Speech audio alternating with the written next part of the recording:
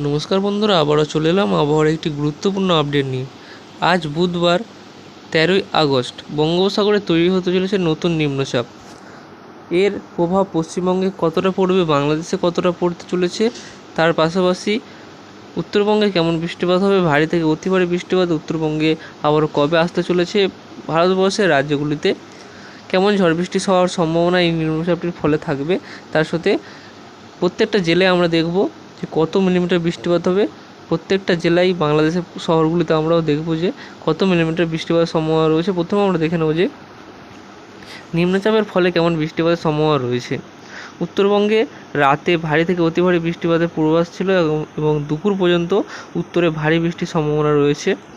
এই যে বঙ্গোপসাগরে নিম্নচাপ তৈরি হওয়ার সম্ভাবনা রয়েছে, বুধবারই এটি কিন্তু ঘূর্ণাবর্ত একটি তৈরি হয়ে যাচ্ছে এবং বৃহস্পতিবার কিন্তু সেটি নিম্নচাপে পরিণত হয়ে যাওয়ার সম্ভাবনা রয়েছে।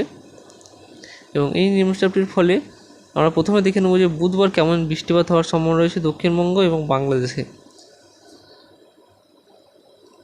বুধবার 11টার দিকে হালকা বৃষ্টিপাতের সম্ভাবনা রয়েছে। 11টা থেকে 12টার মধ্যে হালকা বৃষ্টিপাত কলকাতা, হাওড়া, হুগলি, পূর্ব বর্ধমান, নদিয়া, তার সঙ্গে দক্ষিণ চব্বিশ পরগনা, উত্তর চব্বিশ পরগনা জেলায় হালকা বৃষ্টিপাত হওয়ার সম্ভাবনা রয়েছে। তার পাশাপাশি পূর্ব মেদিনীপুরেও হালকা বৃষ্টিপাতের সম্ভাবনা রয়েছে।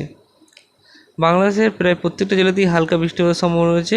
ঢাকাতে হালকা থেকে মাঝারি বৃষ্টিপাত 10টা থেকে 11টার মধ্যে হওয়ার সম্ভাবনা রয়েছে। খুলনা, বরিশালে হালকা বৃষ্টি, কালাপাড়া, মহেশখালী, চট্টগ্রাম, ময়মনসিংহ, সিলেট, কালাই, রাজশাহী, মেহেরপুর এইসব জায়গায় হালকা বৃষ্টিপাতের সম্ভাবনা রয়েছে। রংপুরে হালকা থেকে মাঝারি বৃষ্টিপাত হওয়ার সম্ভাবনা রয়েছে।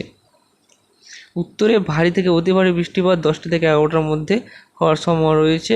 দার্জিলিং, কালিম্পং, আলিপুরদুয়ার, কোচবিহার, তার সঙ্গে উত্তর দিনাজপুরে ভারী থেকে অতি ভারী বৃষ্টিপাত হওয়ার সম্ভাবনা রয়েছে। দক্ষিণ দিনাজপুর এবং মালদাতে হালকা মাঝারি বৃষ্টিপাতের সম্ভাবনা রয়েছে। বীরভূম, মুর্শিদাবাদে হালকা থেকে মাঝারি বৃষ্টিপাতের সম্ভাবনা রয়েছে। যদি আমরা দেখি বিকেল বা দুপুরের মধ্যে হালকা হালকা বৃষ্টিপাতের সম্ভাবনা রয়েছে, ভারী বা মাঝারি বৃষ্টিপাতের সম্ভাবনা খুব একটা নেই।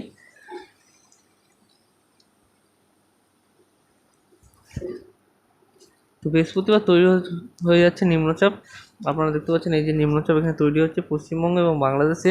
এর প্রভাব কতটা পড়বে সেদিকে আমরা চলে যাব। বৃহস্পতিবার যদি আমরা সকাল থেকে দেখি, বৃহস্পতিবার সকাল থেকে মেঘলা আকাশ থাকছে, কিন্তু বৃষ্টির সম্ভাবনা সেরকম থাকছে না।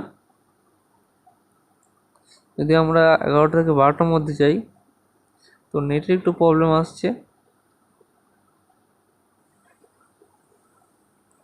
11টা 12টার মধ্যে যদি আমরা দেখি, তো 11টা 12টার মধ্যে একটু বৃষ্টিপাত হওয়ার সম্ভাবনা রয়েছে, কিন্তু এই মুহূর্তে আমরা দেখতে পাচ্ছি নেট স্লো চলছে, এর কারণে কিন্তু এটা কিন্তু আসছে না।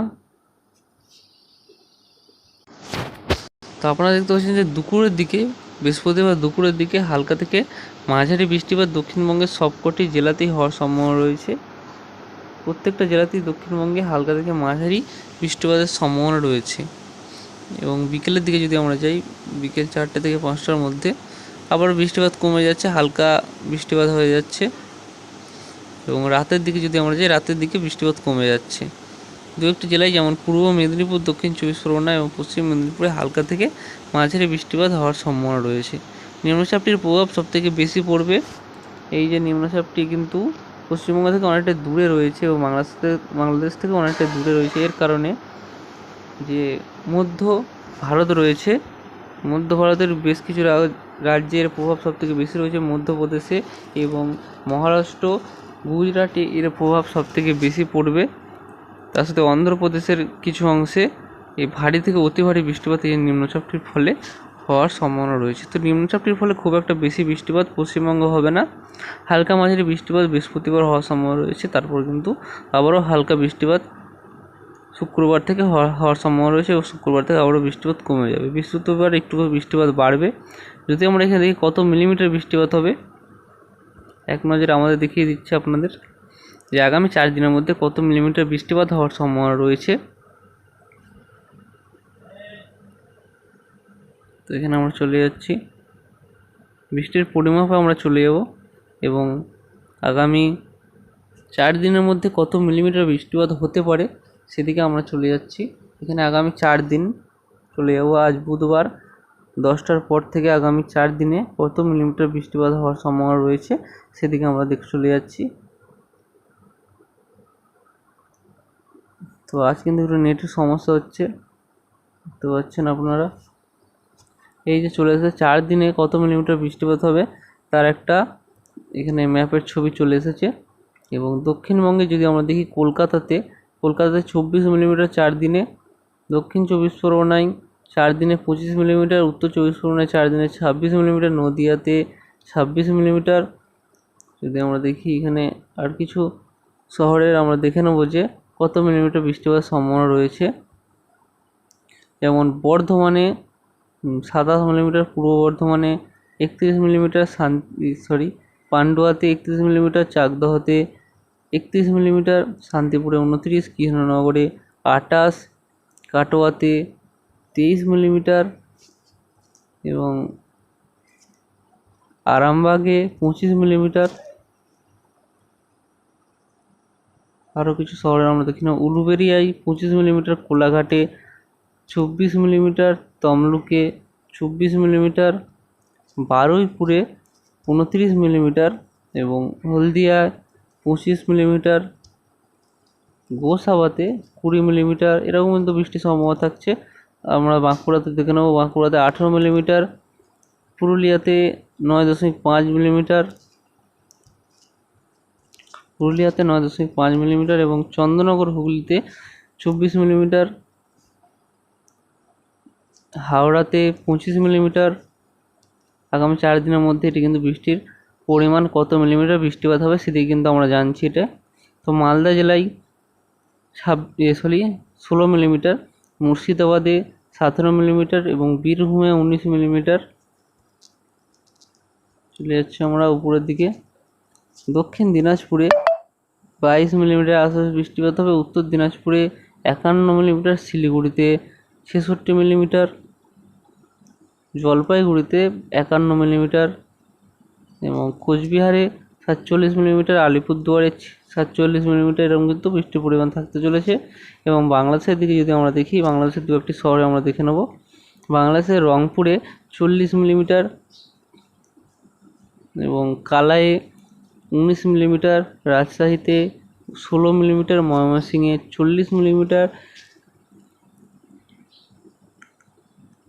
সিলেটে 61 মিলিমিটার, ঢাকাতে 23 মিলিমিটার, খুলনাতে 17 মিলিমিটার, বরিশালে 27 মিলিমিটার, কালাপাড়াতে 26 মিলিমিটার, মহেশখালীতে আগামী 4 দিনের মধ্যে 37 মিলিমিটার বৃষ্টিপাতের সম্ভাবনা রয়েছে, মেহেরপুরে 22, রাজশাহীতে 17। এরকম কিন্তু বৃষ্টির পরিমাণ থাকতে চলেছে। এবং আরও কিছু যদি আমরা, যেমন আসাম গুয়াহাটিতে 63 মিলিমিটার। ঝাড়খণ্ডে 4 দিনে বৃষ্টির পরিমাণ খুবই কম রয়েছে। আপনাদের ঝাড়খণ্ডের চিত্রটা দেখিয়ে দিচ্ছি। ঝাড়খণ্ডে খুব একটা বৃষ্টির সম্ভাবনা থাকছে না। ঝাড়খণ্ডে প্রায় 10 থেকে 12 মিলিমিটারের মধ্যে 4 দিনে বৃষ্টিপাতের সম্ভাবনা রয়েছে। এবং পশ্চিমবঙ্গ লাগোয়া বিহারের যেসব অংশগুলি আছে সেগুলোতে কিন্তু একটু বেশি বৃষ্টিপাত হবে। যে বাকি যে ঝাড়খণ্ড লাগোয়া বিহারের যেসব জায়গাগুলি আছে সেগুলোতে কিন্তু 10 থেকে 12 মিলিমিটার আশেপাশে বৃষ্টিপাত হবে। উত্তরপ্রদেশে ভারী থেকে অতি ভারী বৃষ্টিপাত হওয়ার সম্ভাবনা রয়েছে আগামী 4 দিনের মধ্যে। বিশেষ করে পাহাড়ি পার্বত্য অঞ্চলে সবথেকে বেশি বৃষ্টিপাত হবে উত্তরপ্রদেশে। দিল্লিতে আগামী 4 দিনের মধ্যে ভালো বৃষ্টিপাত হবে, 35 মিলিমিটার বৃষ্টিপাত দিল্লিতে হওয়ার সম্ভাবনা রয়েছে। রাজস্থানের যোধপুরে 15 মিলিমিটার মতো বৃষ্টিপাত হবে আগামী 4 দিনের মধ্যে। এবং যদি আমরা দেখি আহমেদাবাদে 31 মিলিমিটার, মুম্বাইয়ে 100 মিলিমিটার পর্যন্ত আগামী 4 দিনের মধ্যে বৃষ্টিপাত হওয়ার সম্ভাবনা রয়েছে। হায়দ্রাবাদে 129 মিলিমিটার পর্যন্ত নিম্নচাপটি যেটি তৈরি হচ্ছে তার ফলে কিন্তু বৃষ্টিপাত হওয়ার সম্ভাবনা রয়েছে। বিজয়ওয়াড়াতে 131 মিলিমিটার, বিশাখাপট্টনমে 59 মিলিমিটার। আর কিছু শহরে আমরা দেখে নেব ভুবনেশ্বর, যেমন ভুবনেশ্বরে দেখে নেব উড়িষ্যার ভুবনেশ্বরে 19 মিলিমিটার পর্যন্ত বৃষ্টিপাত হবে। মধ্যপ্রদেশের বেশ কিছু জায়গায় এখানে 50 মিলিমিটার পর্যন্ত বৃষ্টিপাতের সম্ভাবনা রয়েছে। তো বন্ধুরা, এই ছিল আজকের আবহাওয়ার গুরুত্বপূর্ণ আপডেট। ভিডিও ভালো লাগলে অবশ্যই চ্যানেলটিকে সাবস্ক্রাইব করে রাখবেন এই ধরনের আবহাওয়ার গুরুত্বপূর্ণ আপডেটগুলি সবার আগে দেখার জন্য। বঙ্গোপসাগরে যে নিম্নচাপটি তৈরি হচ্ছে এর প্রভাব কিন্তু খুব একটা পশ্চিমবঙ্গে পড়বে না। আমাদের একটু দেখে দিচ্ছি আরও নিম্নচাপটি কোথায় তৈরি হচ্ছে তার একটু ছবি আপনাদের দেখিয়ে দেবো। এই যে চলে গেলাম আপনার নিম্নচাপের দিকে। এই যে নিম্নচাপটি তৈরি হচ্ছে, এই নিম্নচাপটি আস্তে আস্তে কোন দিকে এগোবে সেটিও আপনাদের একটু দেখিয়ে দিচ্ছি। এই যে আস্তে আস্তে কিন্তু সেটি অন্ধ্রপ্রদেশের দিকে এগিয়ে যাচ্ছে। নিম্নচাপটি অন্ধ্রপ্রদেশের দিকে এগিয়ে যাচ্ছে এবং আস্তে আস্তে অন্ধ্রপ্রদেশের ভেতর দিয়ে মহারাষ্ট্র, গুজরাটের দিকে কিন্তু এই নিম্নচাপটি এগিয়ে যাবে। মহারাষ্ট্র এবং গুজরাটের দিকে এই নিম্নচাপটি এগিয়ে যাবে। পশ্চিমবঙ্গে ওই জন্যই কিন্তু এর প্রভাব পড়ছে না, কারণ নিম্নচাপটি যদি বাংলাদেশের কাছাকাছি তৈরি হয় বা এরকম জায়গায় তৈরি হয় তবে পশ্চিমবঙ্গের মধ্যে দিয়ে সেটি যায়। এর ফলে কিন্তু আগের নিম্নচাপগুলি ফলে বৃষ্টিপাত হচ্ছিল, ভারী থেকে অতি ভারী বৃষ্টিপাত চলছিল, কিন্তু এই নিম্নচাপটি একদম আলাদা রকমভাবে তৈরি হচ্ছে। এটি কিন্তু এরকম চলে যাবে। তো বন্ধুরা, এই ছিল আজকের আবহাওয়ার গুরুত্বপূর্ণ আপডেট। ভিডিও ভালো লাগলে অবশ্যই চ্যানেলটিকে সাবস্ক্রাইব করে রাখবেন। পাশাপাশি একটি ঘূর্ণিঝড় তাইওয়ানে আছড়ে পড়তে চলেছে আর কিছুক্ষণের মধ্যেই এই ঘূর্ণিঝড়টি আছড়ে পড়ার সম্ভাবনা রয়েছে। আপনারা দেখতে পাচ্ছেন এর গতিবেগ যদি আমরা দেখি, সর্বোচ্চ গতিবেগ যখন এটি আছড়ে পড়বে তার এটা সর্বোচ্চ গতিবেগ কত থাকবে। আছড়ে পড়ার সময় এর সর্বোচ্চ গতিবেগ প্রায় 200 কিলোমিটার গতিবেগ পেয়ে আছড়ে পড়ার সম্ভাবনা রয়েছে। তো বন্ধুরা, এই ছিল আজকের আবহাওয়ার গুরুত্বপূর্ণ আপডেট। ভিডিও ভালো লাগলে অবশ্যই চ্যানেলটিকে সাবস্ক্রাইব করে রাখবেন এই ধরনের আবহাওয়ার গুরুত্বপূর্ণ আপডেটগুলি সবার আগে দেখার জন্য।